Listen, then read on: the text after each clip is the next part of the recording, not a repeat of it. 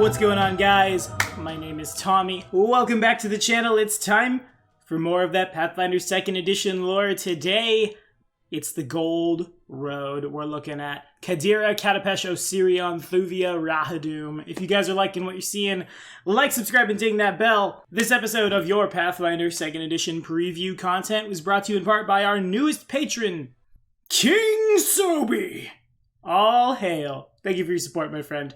Now let's hit it. So I have a couple of questions about the Gold Road as we go to look into this. Yes, we are calling it the Golden Road, but that is a very overt reference to the Gold Road, the Silk Road of Pathfinder, starting in Qadira's capital and stretching across the Padishah Empire of Kalesh. This meta region goes all the way across northern Garund to Qadira.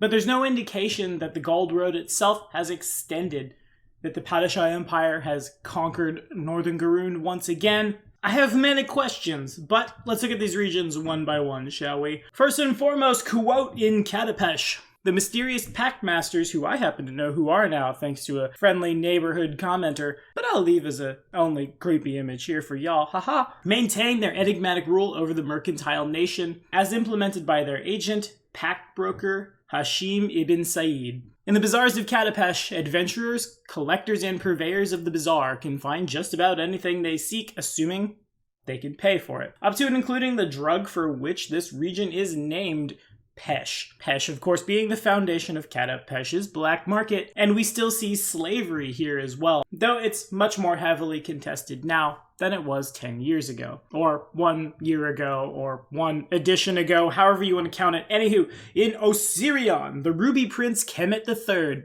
has rescinded his policy for welcoming outside explorers of the nation's many ruins, because Mummy's Mask spoilers basically is why that happens. Though Mummy's Mask spoilers were stopped, the fleet of pyramids, yeah, you heard that right, involved in that adventure path that fell to the ground, pepper the desert and are all over cities now.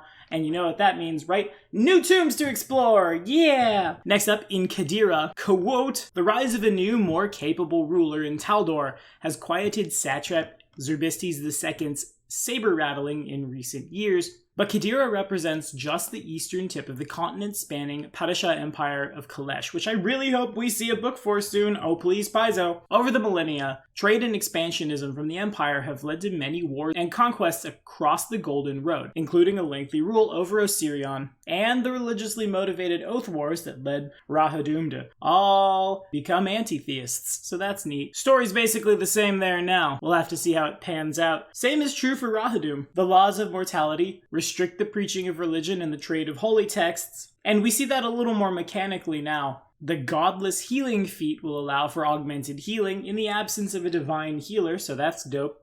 And last but not least, Thuvia. To Rahadum's east, Thuvia stands out for being less a single nation than a confederation of allied city-states.